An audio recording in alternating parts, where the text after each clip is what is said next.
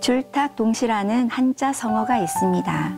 줄은 알 속에 있는 병아리가 알을 깨고 나오기 위해 안에서 부리로 쪼는 것을 말합니다. 그리고 탁은 그 소리를 듣고 어미닭이 밖에서 쪼는 것을 말합니다.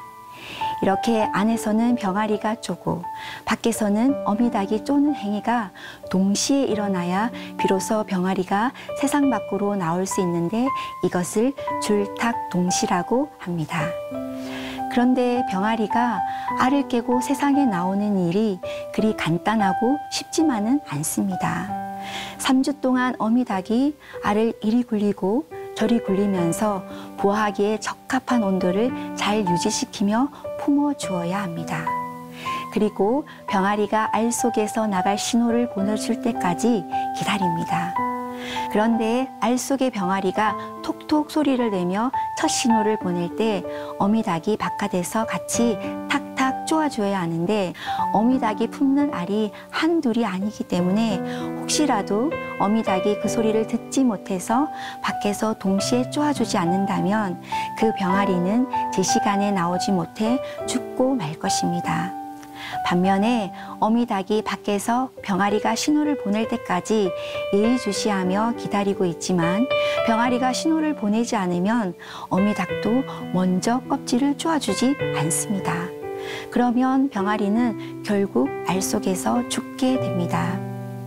그렇다면 병아리가 쉽게 세상 밖으로 나올 수 있도록 어미닭이 알을 다 깨워주면 어떨까요? 여러분들도 알다시피 스스로 알을 깨고 나오지 못한 병아리는 세상 밖으로 나와도 너무 연약해서 오래 살지 못합니다.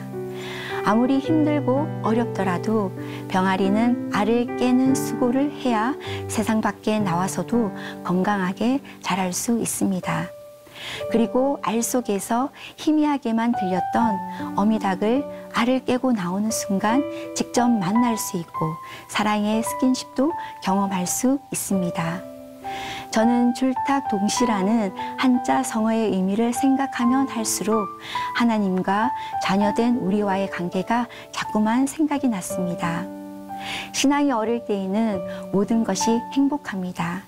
교회에서도 다른 지체들이 어떻게 해서든지 믿음이 조금씩 자라도록 관심과 사랑을 쏟아줍니다. 교회에서 봉사하는 일로 부담도 주지 않습니다.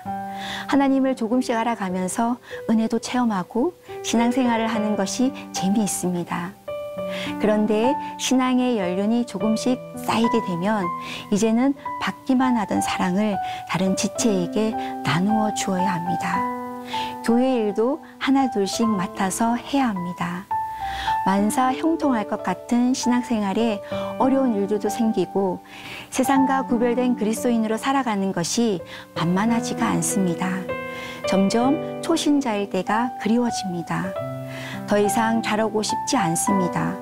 그저 관심과 사랑만 받으며 신앙생활을 하고 싶습니다. 그러나 어린아이 같은 초신자의 단계에 머물러 있을 수만은 없습니다. 죽은 신앙이 되지 않기 위해서는 계속해서 자라나야 합니다. 예수님은 그리스도의 장성한 분량까지 자라나야 한다고 말씀하십니다. 알을 깨고 나오는 것이 어린 병아리에게는 쉽지 않듯이 예수 그리스도의 장성한 분량까지 자라기 위해 때로는 우리 앞에 놓여있는 장애물과 어려움들을 돌파하고 나가야 하는 것이 결코 쉽지가 않습니다.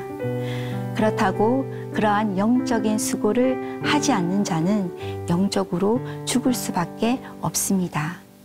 병아리가 자신이 해야 할 목, 안에서 달걀 껍질을 쪼아야 하듯이 우리 그리스도인들도 어린아이 같은 신앙의 껍질을 깨는 수고가 있어야 합니다. 만약 그것을 포기하고 영적인 어린아이의 상태에 계속 머물러 있기만을 고집한다면 알을 깨고 나오지 못한 병아리처럼 우리는 영적으로 죽고 말 것입니다. 힘들어도 어려워도 미성숙한 신앙의 껍질을 하나씩 깨는 영적인 수고를 우리는 해야 합니다. 여러분 앞에 깨어야 할 미성숙의 껍질이 놓여 있습니까? 너무 단단해 보이고 빈틈이 없어 보여서 포기하고 싶습니까? 그럴 때 하나님께 톡톡하고 신호를 보내십시오. 지금도 하나님은 귀 기울여 그 소리를 기다리고 계십니다. 언제든지 탁탁하고 도와주시려고 만반의 준비를 하고 계시는 하나님을 의지하여서 계속해서 예수 그리스도의 장성한 분량까지 자라가는 여러분들이 되시기를 소망합니다.